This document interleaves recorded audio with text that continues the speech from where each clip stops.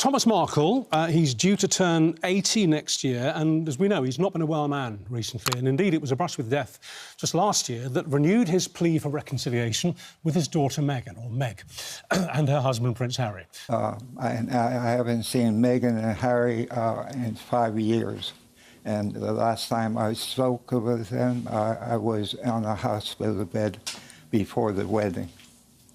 You see, if that was me, and I was, you know, at death's door for quite a few weeks and months, and my daughter turned her back on me, I'd be heartbroken. How do you feel? Well, I guess heartbroken. I'm very upset about it as well, because this is a cruel thing to do to a grandparent. Not to just me, to the King of England as well. Denied the right to see a grandchildren. You have to forgive my voice, but I'm trying to say it the best way I can. Thomas, we can hear in your speech the effects of the stroke. How else has it affected you? Did Meghan Markle truly carry her son, Archie Harrison? Or was the image the world witnessed carefully designed for public view tonight? The question is no longer confined to whispers. It stands at the center of a storm after Thomas Markle, Meghan's father, confirmed his version of events in a rare emotional disclosure. For years, the public accepted a familiar storyline. Meghan appeared radiant during pregnancy, her every public appearance photographed and celebrated. Cameras captured her hand on her belly, her glowing smile, her fashion choices tailored to the moment. Headlines declared a royal baby on the way. The narrative seemed complete, almost too perfect. But according to Thomas, that story did not reflect reality. He claims that what millions saw wasn't natural at all. He alleges that the pregnancy was staged with prosthetics and calculated appearances used to sustain the illusion. The real Archie, he insists, was born through surrogacy, far away from the public eye. This revelation did not arrive without signs.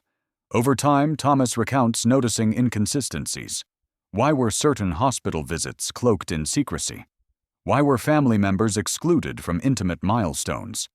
Why did some appearances appear rehearsed, even choreographed? These questions built up until they formed what he describes as a picture impossible to ignore. The world, however, remained unaware. Crowds cheered outside royal estates. Fans debated names and nursery designs. Journalists followed every move, often praising Meghan for her poise under pressure. Yet Thomas quietly carried doubts. He says he felt torn between protecting his daughter's image and confronting what he believed to be the truth. The silence broke only recently. Thomas explains his decision to speak out now by pointing to the changing climate, a public appetite for truth, a media environment that no longer tolerates contradiction and his own moral burden. He argues that continuing to withhold information would leave history incomplete, shaping Archie's story in ways that were unfair both to him and to the public. According to Thomas, the orchestration went far beyond simple secrecy. He claims it was a comprehensive plan involving wardrobe posture and even medical-grade prosthetics adjusted over time to simulate natural growth. Every detail from the drape of a dress to the tilt of a camera angle contributed to what the world perceived as authenticity. The challenge, he says, was monumental. To maintain such an illusion required constant rehearsal. Meghan's public wave, her walk into official engagements, the way she placed her hand against her abdomen, all of it had to align with the image of motherhood that audiences expected. Behind the scenes, Thomas believes this required coordination with trusted advisors and possibly professionals who understood exactly how to sustain appearances under intense scrutiny. He recalls one particular moment when the doubts crystallized. Watching footage of Meghan smiling for photographers, her hand resting on what seemed like a perfectly rounded belly, he noticed movements that felt unnatural. It was not one glaring mistake, but a collection of subtle details. The slight shifting of fabric, the too precise angle of her posture, the unusually private nature of hospital arrangements, all of these, he says, raised red flags. At the same time, the emotional weight of these suspicions became unbearable. As a father, he felt pride in his daughter's achievements, but also sorrow in believing that what the world was seeing was not real. He describes sleepless nights, wondering whether to ask Meghan directly, fearful of the confrontation, worried about the rift it might cause. When finally pressed about these inconsistencies, Meghan's responses, according to Thomas, were vague and deflective. She would redirect the conversation or provide answers that left more questions than clarity. To him, this reinforced the belief that the truth was being shielded, even within the family. Publicly, none of this was visible. Every headline reinforced the official version of events Meghan carried. Archie Meghan gave birth. The monarchy had a new heir.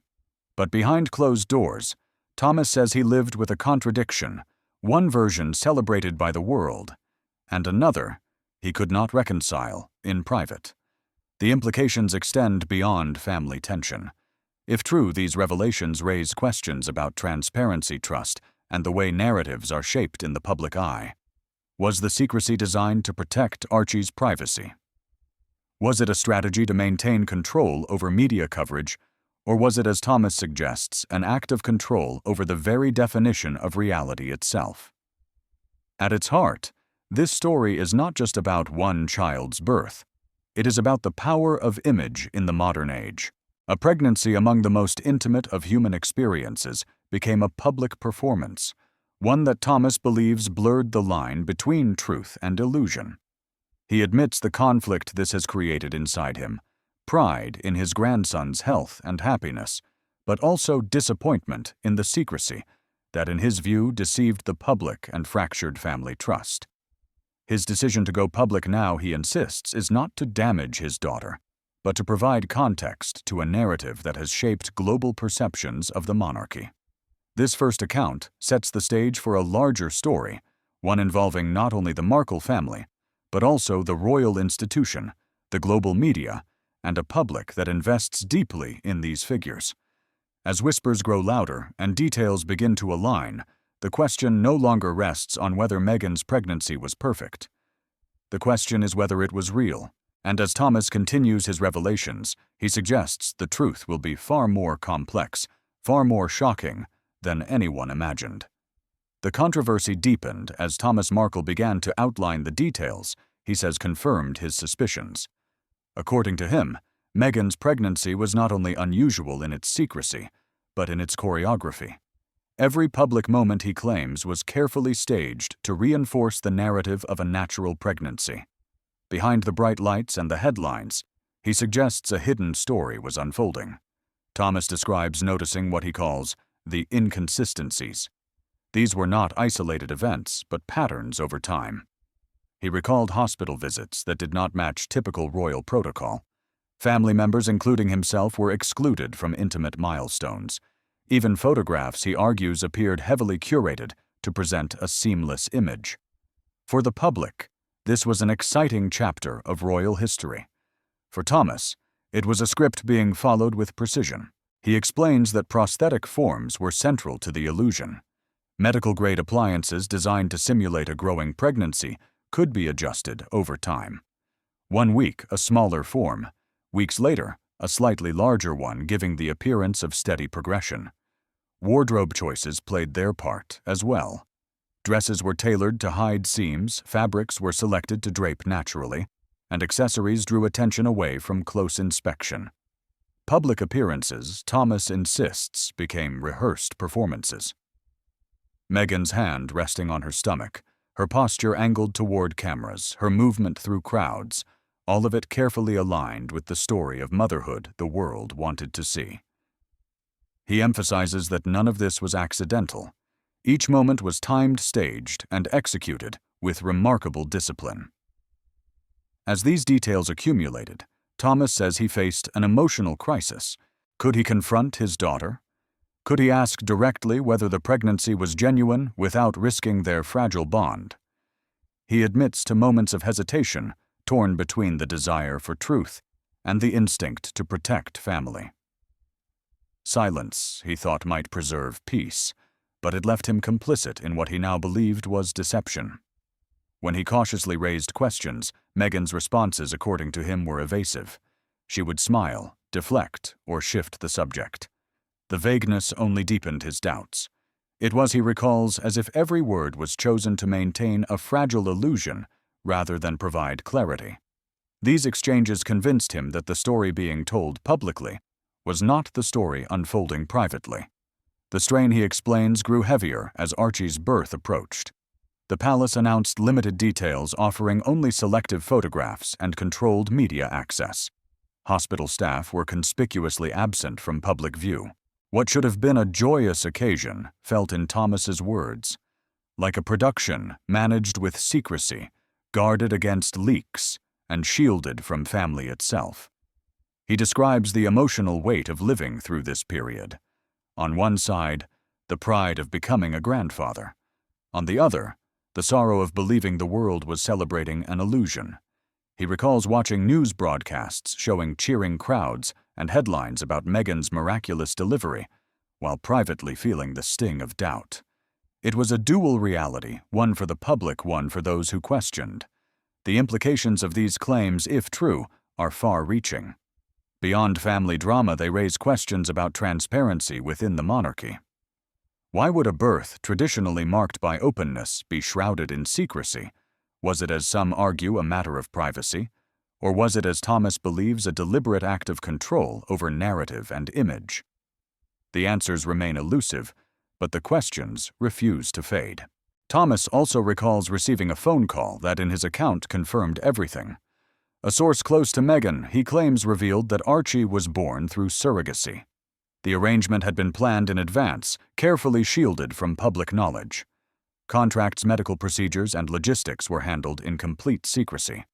According to Thomas, the surrogate's identity was tightly protected, with only Meghan and a select few fully aware of the details.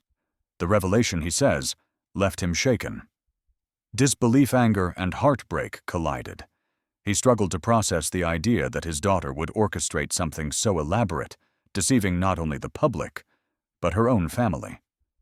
The betrayal cut deeply, yet his love for Meghan remained intact. He describes pacing his living room, phone in hand, trying to comprehend the weight of what he had just been told.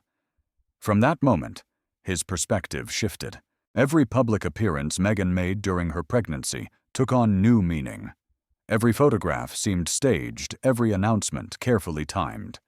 He recalls replaying these moments in his mind, searching for signs he had missed, clues hidden in plain sight. The more he reflected, the more convinced he became that what the world saw was performance, not reality. Still, he admits the planning behind it was extraordinary. The precision, the discipline, the ability to maintain composure under relentless scrutiny, all of it was remarkable. He even concedes a measure of admiration for the strategy while condemning the secrecy. It was, in his view, a feat of planning and control, executed with near perfection. But admiration could not erase the pain. For Thomas, the realization meant re-examining every interaction with Meghan during that period. Was her affection genuine? Were her words sincere? Or were they part of the narrative she was determined to protect? He confesses that the doubt has never left him a shadow over every memory of those months. As the story spreads, reactions are divided. Supporters argue that surrogacy is a personal choice, and Meghan had every right to protect her privacy. Critics counter that deception on such a scale erodes trust not only within family, but between the monarchy and the public. The debate has ignited conversations about ethics, transparency, and the boundaries of privacy for public figures. In the end, Thomas's claims leave more questions than answers. What drove Meghan to maintain such secrecy, if true?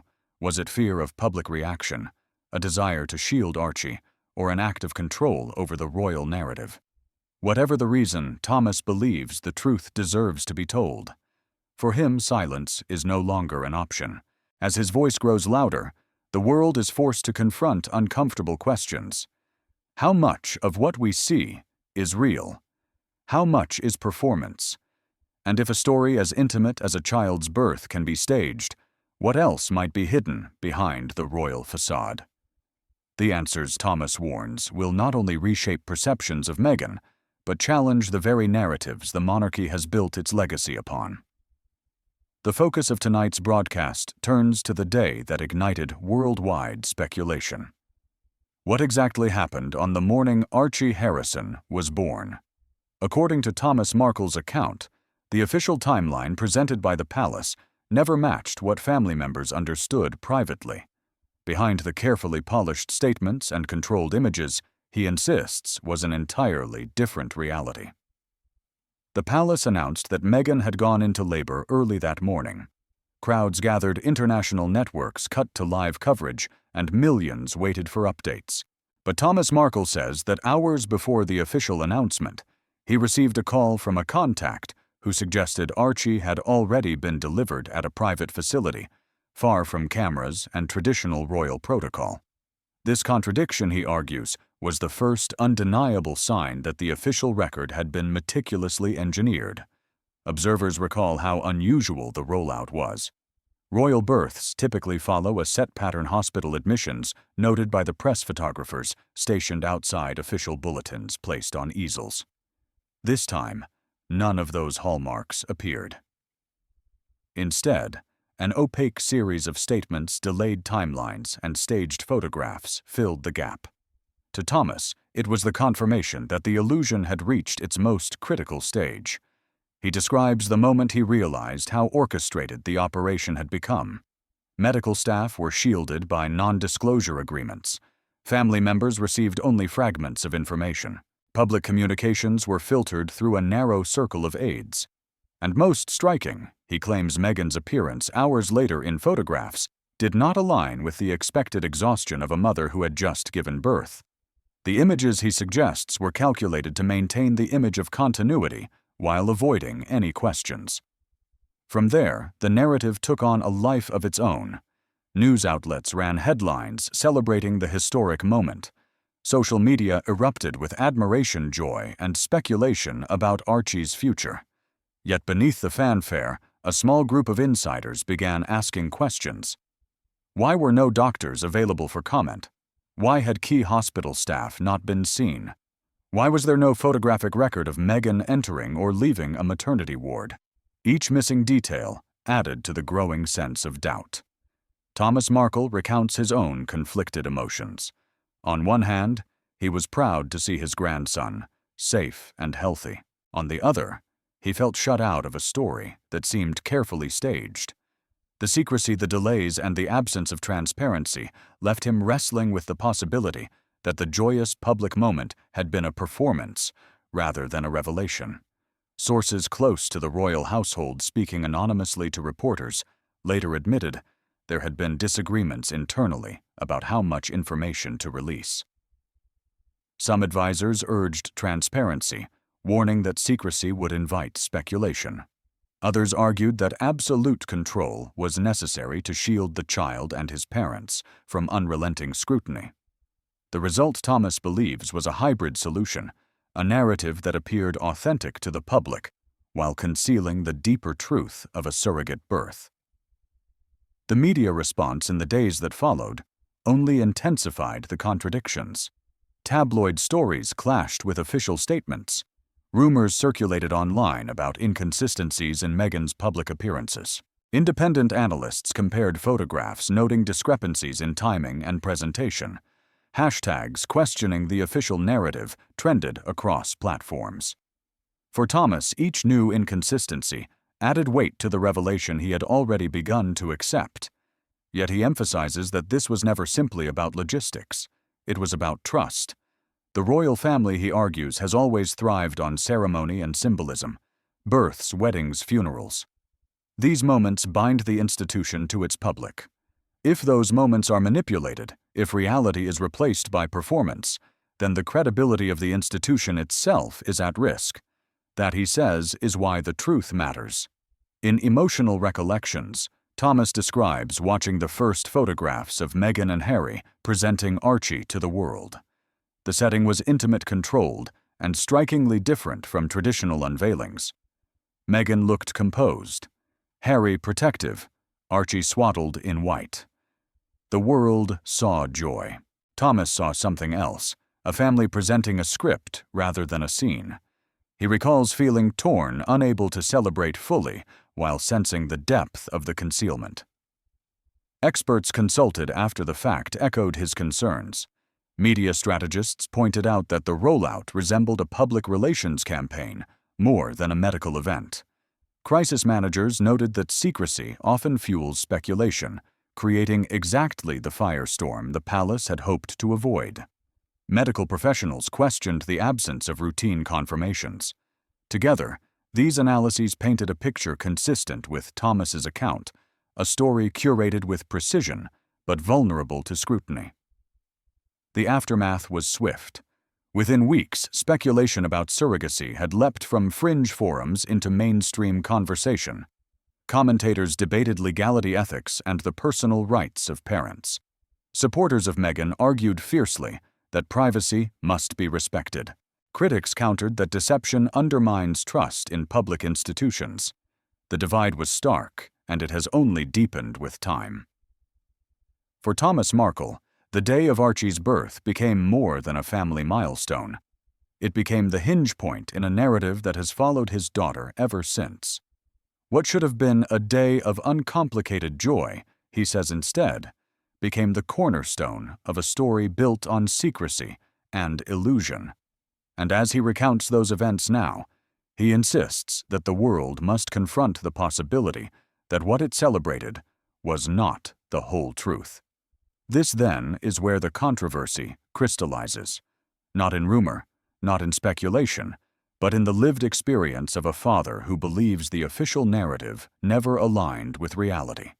The photographs, the statements, the headlines, they tell one story. His account tells another. And the gap between those two versions is where tonight's broadcast leaves us as the questions about that fateful day grow louder, not quieter. Good evening.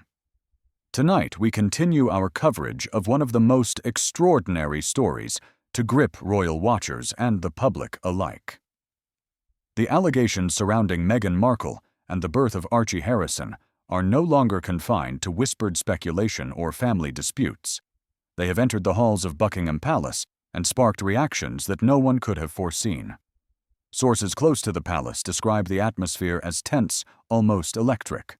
Behind closed doors, advisors and senior royals were briefed on whispers that Archie's birth may not have been what the public was told. According to individuals who spoke on background, the first reaction inside the royal household was not anger, but shock. Advisors who had weathered scandals in the past now faced a narrative of unprecedented magnitude. Not a marriage controversy, not a dispute over titles, but questions surrounding the very story of lineage itself. From the start, communications teams were called into urgent meetings. Every phrase, every possible response was weighed carefully. Officials feared that an overt denial or confirmation could ignite a firestorm. Instead, the initial approach was one of cautious silence. But as the story gained traction online, silence itself became a statement. And the public noticed. In households across Britain and abroad, conversations shifted. Supporters of Meghan argued that surrogacy is a deeply personal matter, one that should not affect public trust. They pointed out that the health and safety of Archie should be the priority. Yet critics framed the secrecy as deception. For them, it was not about the surrogacy itself, but about the alleged staging of a pregnancy in front of cameras, the orchestration of appearances, and the concealment of reality from both family and public. By this point, headlines had reached fever pitch. International outlets dissected photographs from Meghan's pregnancy, re-examined interviews, and debated timelines. Every public moment from that period was put under a microscope. Was the bump too flexible in one appearance? Did her posture seem inconsistent in another? To millions, it became a digital forensic investigation with archived footage and still images serving as evidence. Palace aides, meanwhile, scrambled to protect the credibility of the institution. Internal notes, according to leaks, revealed a central concern: If the narrative of Archie's birth was indeed fabricated, the monarchy's reputation for transparency would be at risk. Royal births had long been moments of unity, occasions when the public felt close to the family. A fracture in that trust could have ripple effects for years. At the same time, family members reportedly struggled with their own emotions. Some were sympathetic, understanding the pressures Meghan faced under the global spotlight. Others, however, felt blindsided, frustrated that such a deeply personal matter had been shielded, even from relatives who might have offered support.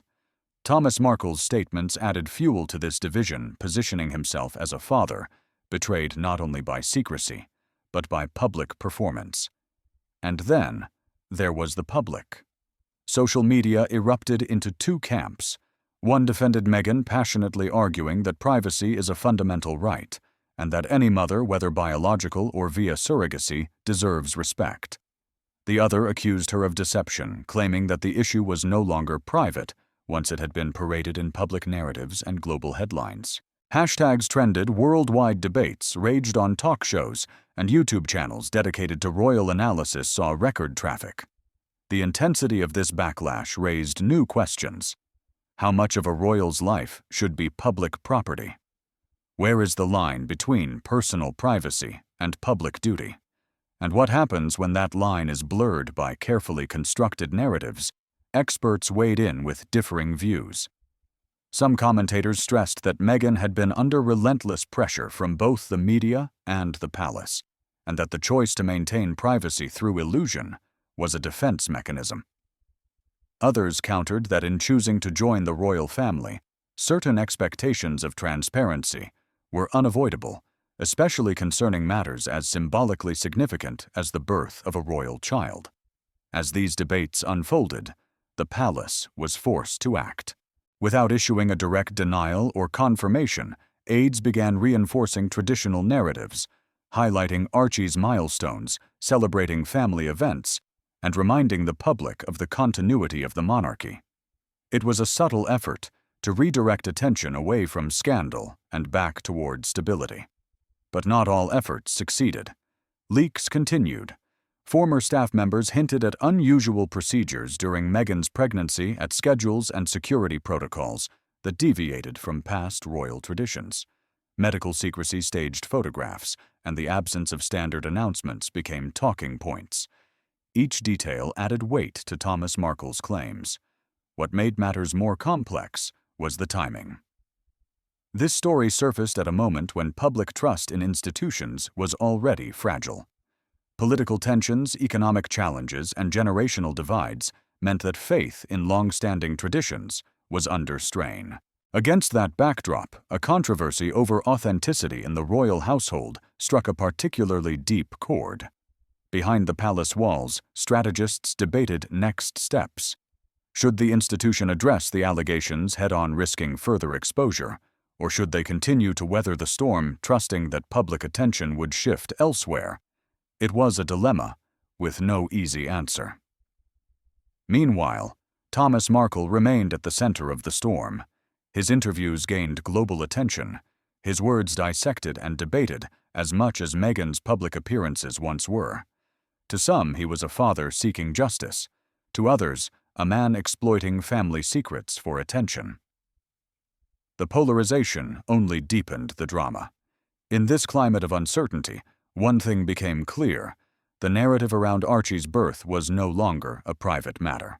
It had become a lens through which the world examined the monarchy itself, its transparency, its credibility, and its ability to withstand scrutiny in the digital age.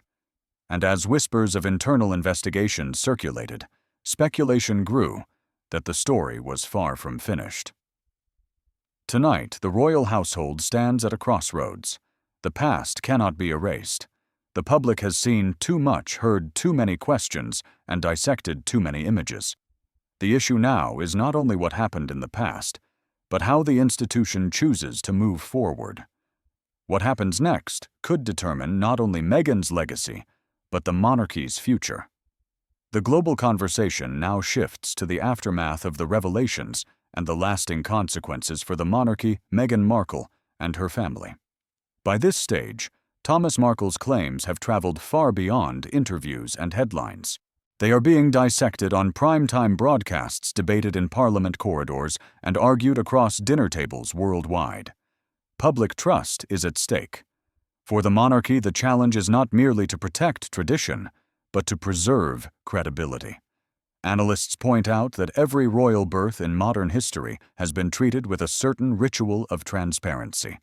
Medical bulletins, public announcements, carefully staged photo opportunities, these moments were designed to assure the nation.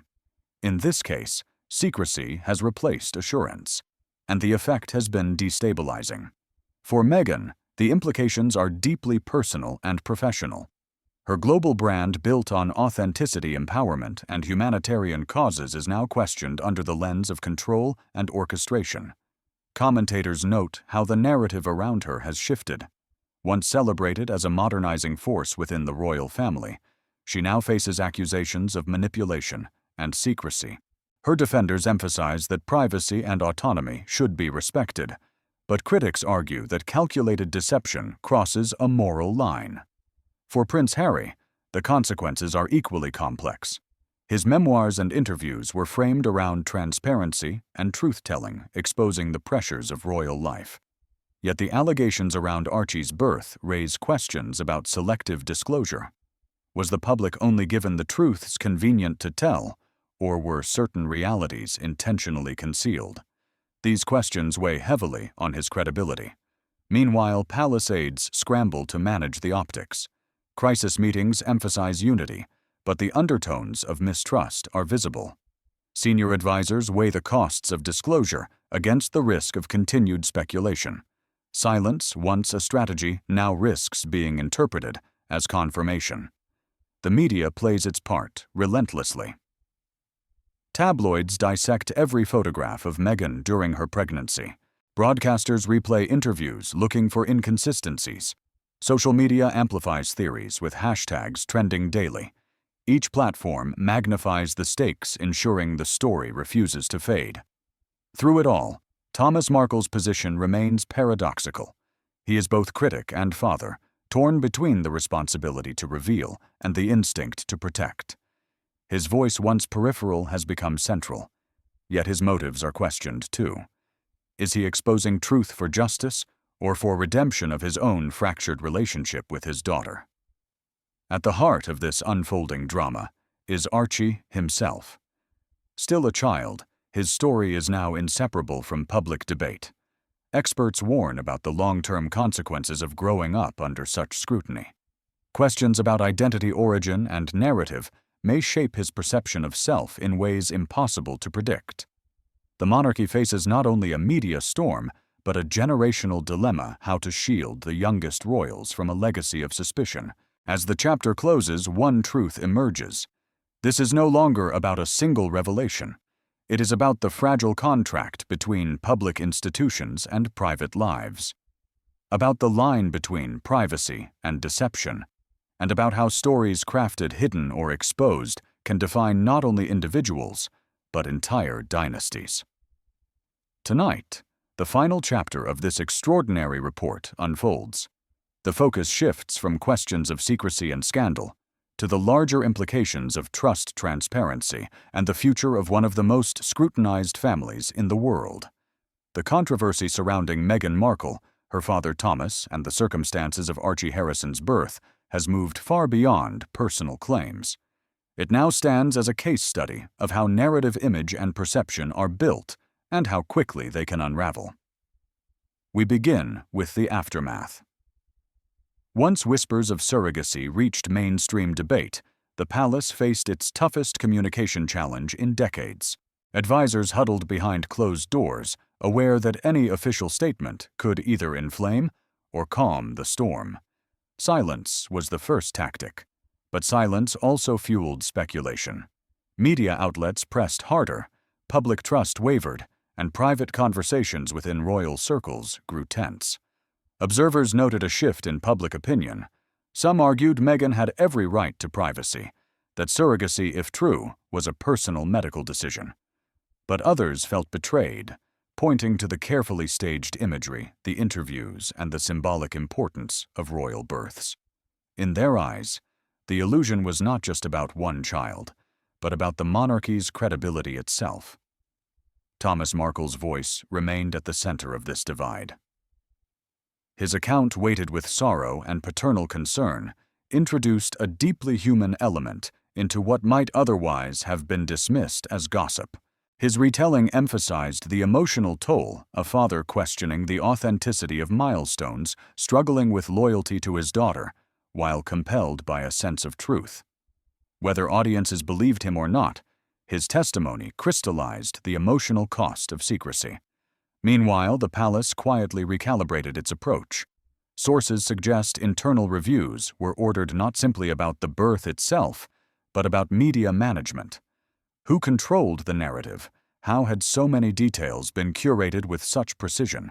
And most critically, how could the institution prevent similar crises from destabilizing the public trust again? These questions remain unanswered, but they reveal how one private decision ignited institutional self-examination. The public, too, wrestled with the lessons.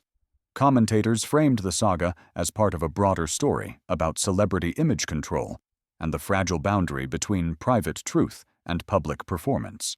Social platforms became arenas of fierce debate, supporters of Meghan emphasizing compassion, critics demanding accountability, neutral voices urging focus on Archie's well-being above all. In the end, what remains are unresolved questions. Did secrecy protect, or did it deceive? Was the carefully constructed image an act of survival in an unforgiving spotlight, or a manipulation of public trust? These are not simply questions about one family. They are questions about how modern society consumes stories and how truth can be blurred in the age of image. For Thomas Markle, the journey appears unfinished. His decision to speak was not only about exposing inconsistencies, it was about forcing a reckoning within the palace, within the media, and perhaps within Meghan herself. For Meghan, the consequences are equally unfinished. Her narrative now lives in two versions: the official story celebrated by millions, and the contested account voiced by her father.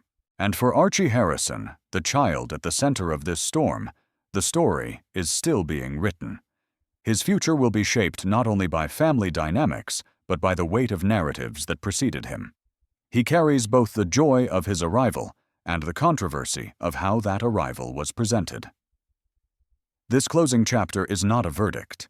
It is a reminder behind every headline lies a complexity of motives, fears, and choices. The monarchy, Meghan Markle, Thomas Markle, and the global audience are all participants in a drama that reveals more about power perception and trust than about one single event. And as the cameras fade, one truth lingers: the story of Archie Harrison's birth, whether seen as deception, protection, or something in between, has forever changed how we view the boundary between personal reality and public performance.